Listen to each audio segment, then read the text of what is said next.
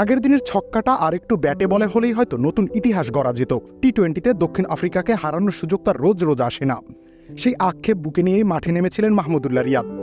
আর এবার তেমন কোনো আক্ষেপ রাখলেন না তিনি। ব্যাটে কিংবা বলে দুই জায়গাতেই ছিল তার সরব উপস্থিতি। বয়সটা 40 ছুঁই ছুঁই করলেও ক্রিকেটের প্রতি তার এই ভালোবাসা, দলের প্রতি তার এই নিবেদন সত্যি অনন্য। 13তম ওভারে ক্রিজে আসেন। দলের অবস্থা তখন যে খুব একটা ভালো সেটা বড় গলায় বলার উপায় নেই। আগের 2 ম্যাচের স্টার বয় তাওহিদ হৃদয় ফিরে গেছেন সাজঘরে। সেখান থেকে বাংলাদেশের ইনিংস দুই দিকেই যেতে পারত, হয় ভালো না হয় খারাপ। অন্তত সেটা খারাপ হয়নি রিয়াদ আর সাকিব আল হাসানের জুটির সুবাদে। 32 বলের জুটিতে 41 রান যোগ করেন তারা। এর মধ্যে রিয়াদই ছিলেন সবচেয়ে বেশি সরব। 21 বলে 25 রান করেছেন তিনি। ইনিংসে ছিল 2টি 4 ও 2টি ছক্কা।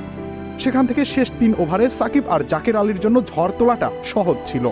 সেটা তারা করতে পেরেছেন। কিংস্টাউনে নেদারল্যান্ডসের সামনে বাংলাদেশ দল 160 রানের লক্ষ্যমাত্রা দিতে পেরেছে।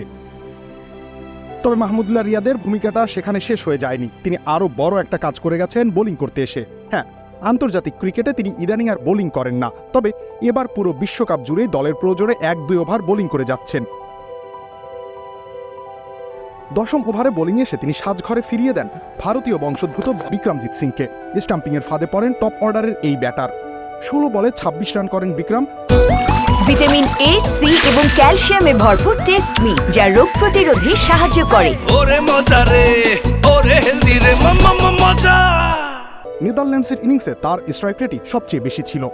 খোদ সাকিব আল হাসানের একই ওভারে 2 ছক্কা হাঁকান তিনি। ফলে তিনি উইকেটে টিকে গেলে ডাচদের জয়ের সম্ভাবনা নিঃসন্দেহে বাড়ত। রিয়াদের বুদ্ধিদীপ্ত বোলিংয়ে সেটা সম্ভব হয়নি। এমন নিবেদনের জন্যই বাংলাদেশ দলে অনন্য তিনি। রবিউল ইসলাম রনি, খেলা 71।